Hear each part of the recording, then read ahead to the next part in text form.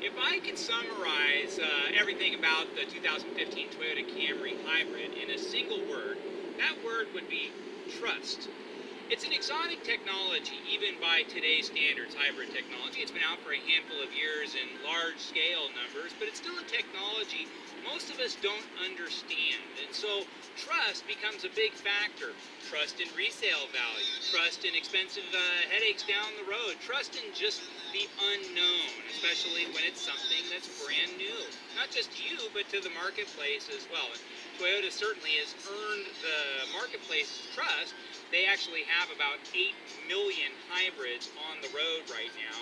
And to put that in perspective, the entire United States new car industry is about 15 million units a year. So for one brand to have 8 million of just hybrids out on the road is the lion's share of all hybrids that are sold in the world. And so there are other brands that make hybrid technology, and you'll read reviews about them and say, well, specs-wise, they're similar here, or maybe even better there. The big difference is that trust difference, and that's a big difference to the advantage of Toyota and, of course, the Lexus brand, which is partner with Toyota. And so the Camry is kind of the fundamental architecture for a wide variety of cars and sport utilities sold throughout the Honda and Lexus lineup. This is the star of the show. This is the centerpiece of what Toyota does. And it was a big surprise to the marketplace when, after just 3 years of the former body style, Toyota just went ahead and did an entire new body style change. The 2015 Camry, all new for 2015. At least all new as far as interior and exterior. Under the hood, the same 200 horsepower combination of electronic battery and the and gas motor. And let's pop the hood and let's take a look at what's going on there. When we say 200 horsepower, that language has changed a little bit over the years. Initially, when hybrids were first coming out, what manufacturers were doing is they were adding the horsepower derived from the gas motor and adding it to the horsepower derived from the electronic motor. So this has 156 horsepower four-cylinder motor, 2.5 liter, and then 141 horsepower that comes from the electronic motor. However, you're not running it full throttle all the time, and so the combined power of both in a common driving application is going to be 200 horsepower. And so that's what they rated at, is 200 horsepower. And so it returns 40 miles per gallon combined. This is an XLE model. It's actually a little bit better than that if you get an LE model in a hybrid. The low rolling resistance tires help in the terms of maximum fuel economy, where these have a little bit grabbier tire. But again, this technology should look real similar to everything you've ever seen as far as Toyota hybrids go, because this technology hasn't changed all that much in several years. And it has been extraordinarily successful, even with folks who use it for taxi service, Uber service, not just Camrys, but Prius, which is the #1 selling car in the western United States. And you may think, well, people in the western United States don't know what they're doing, and maybe that's true. But Priuses are extraordinarily popular, and they rely in many ways on this exact same technology. Now, the sheet metal is completely different for 2015, and it's far more stylish than its 2014 and earlier predecessor. It's sleeker, more aerodynamic, and just looks much more modern and contemporary. This is an XLE model, so it is very well equipped, but there's a lot of options that you can get on top of the XLE. XLE is going to have leather interior, and so everybody's going to kind of that alternative man-made leather, and we have that too throughout our Toyota lineup. But in the XLE model, you're going to enjoy actual leather, and it's quite nice with two-tone stitching, leather-wrapped steering wheel. It's great. And so this one has forward collision warning. There's a little cutout in the windshield. And so you know that this is the advanced technology package. So it has a radar type of cruise control system that's reading what's going on in front of you. If somebody slams on the brakes essentially while you're in cruise control, it'll force the car to slow down. As a safety precaution, it'll actually slow down all the way down to 0. And so to avoid a front end collision, if you don't necessarily even have to be in cruise control. You can just have this feature on here or turn it off. This will also have the lane departure feature and blind spot monitoring, as well as traction control. And so when you see pretty much every single button has a name on it, that means that every options box has been checked off. This is actually a top-of-the-line car at right around $35,000. Size-wise, it's very comfortable. I mean, sometimes an aerodynamic car can be a little bit compromising as far as headroom, shoulder room, that sort of thing. I'm 6 feet, 175 pounds, and yeah, I'm really comfortable. But let's see how it is in the back seat. One of the problems, again, when a car is aerodynamic, space has to be lost somewhere. That's just the reality of it. Well, I can tell you where it's not lost. It's not lost in the back seat. It's actually very, very spacious in the back seat. And so I have the seat in a pretty comfortable position for me up in the front. And in the back seat, I have all the room I know what to do with. 3 adults, that's probably a bit of a pinch for 3 adults. 3 young people, yeah, they probably fit back here pretty comfortably. I'm going to pop the trunk and we're going to take a look back there.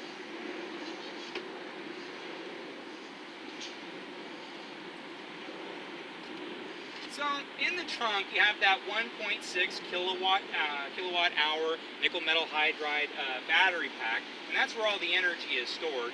And so when we talk about things like that, we always kind of talk about them like we even know what we're talking about. Very few people in the world have any idea exactly how a 1.6 kilowatt hour nickel metal hydride battery pack actually stores energy and then converts it back to energy that can be used for the car.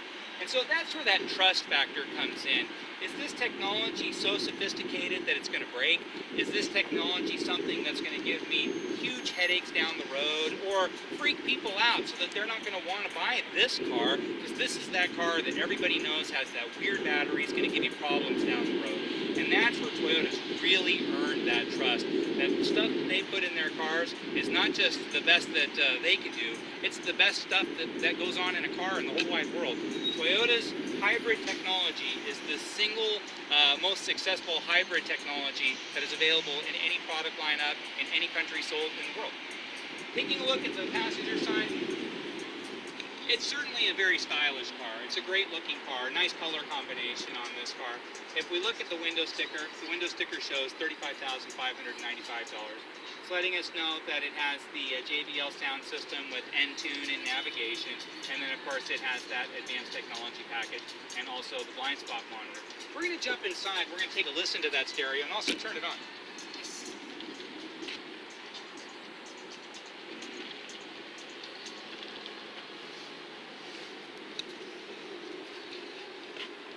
Now, when you initially turn it on, you're just running on electricity. You're not running on gas at all. And so a moment will pass and you'll actually hear the engine turn on. But if you want to turn that off, you just touch the EV mode. So, and there's the engine right there. In EV mode, that shuts down the gas motor. The only thing is it lasts for about 1.5 miles or thereabouts, and it only works at speeds below 25 miles an hour. However, if you're just creeping along in stop-and-go traffic on the freeway, you can actually go full electric for a brief period of time and at slow speeds, but you can do it. So if you feel like, hey, why waste gas? It's just a push button away. Eco mode right here. Eco mode is going to make sure that you're not at full throttle on the air conditioning, and also it's going to manage when you depress the gas pedal exactly how much power is being generated by the engine. It's all fly-by-wire technology, and so the input that you give in the gas pedal, there's no throttle cable or anything like that that's opening up anything. It's all computerized, and really this is almost like a computerized joystick or something like that, the gas pedal is. And so by turning on the eco mode, it just recalibrates the way that that's done. The stereo system on this car, and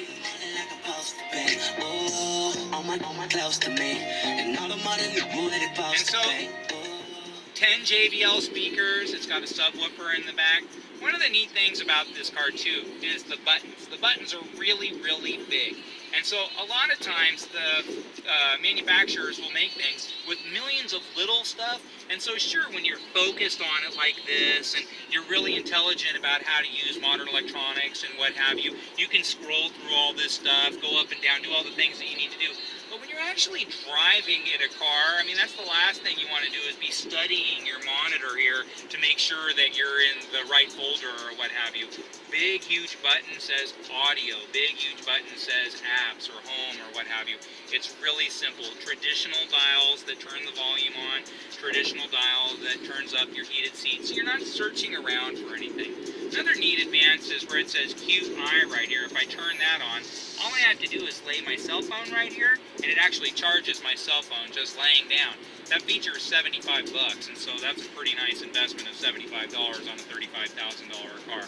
Now we're a one-price store, so obviously our price is going to be a lot less than $35,000 and change. However, it's still at any price a really marvelous bit of technology. And I know that a lot of reviewers say it's not fast enough, it doesn't handle, quite as well as maybe some of the other things. But I really encourage a shopper who's especially looking at this kind of technology in this kind of price range to take a long look at what they believe the resale value is going to be down the road.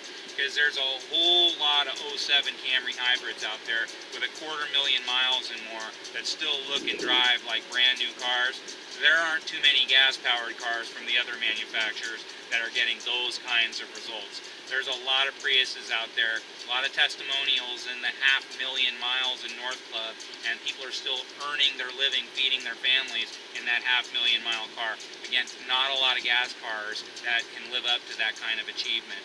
Toyota's hybrid technology is the best hybrid technology that money can buy, and it's really reasonable considering the amazing resale value and the incredible longevity that they've enjoyed.